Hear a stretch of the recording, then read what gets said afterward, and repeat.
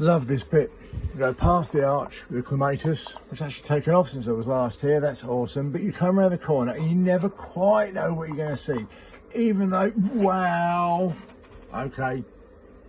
Yeah, like wow. And I have seen the pergola before. Let's put it that way. Let's be frank.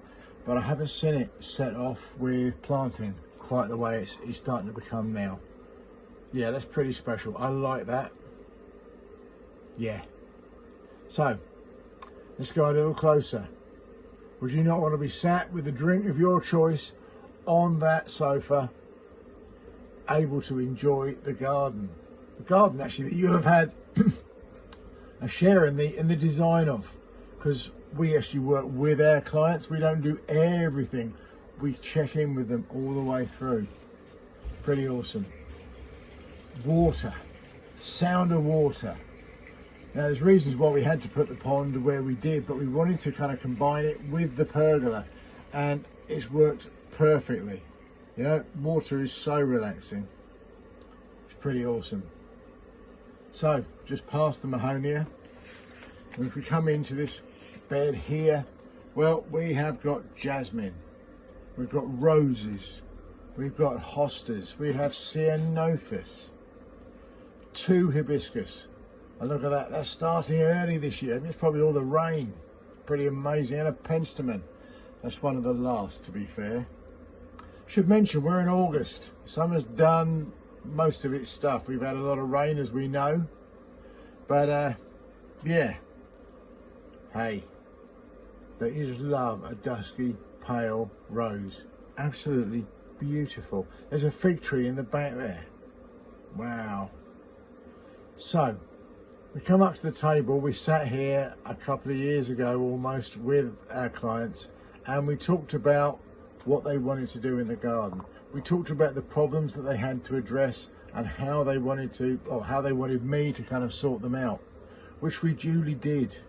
One of the biggest problems was the drainage at the bottom of the garden. That's sorted. A lavender path. Beautiful.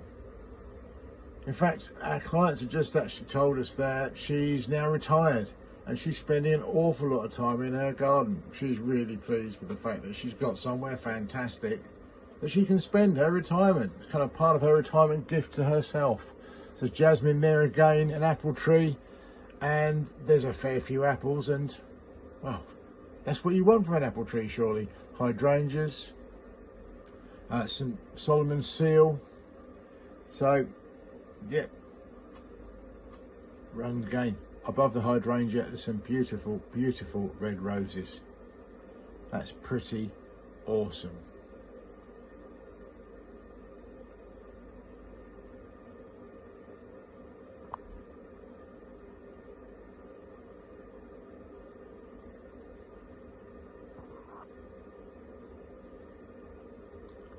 So back to that path, we're going to take a little wander down it. It's the end of summer, lavender's past its best, but the bees have that fantastic trade-off. You know, they come and they collect the nectar that they want, but what do they give? Well, they take the pollen from one plant to the next plant.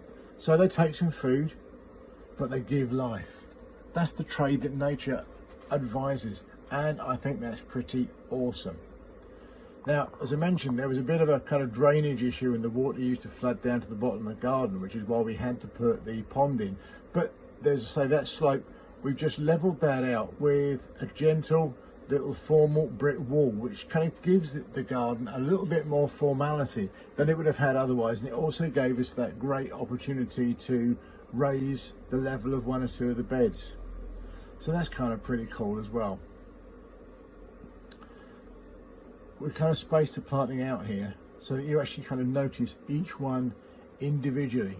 As you can see, the client has really carefully kept the beds tidy and together. So I'm going to shut up and let's have a look around.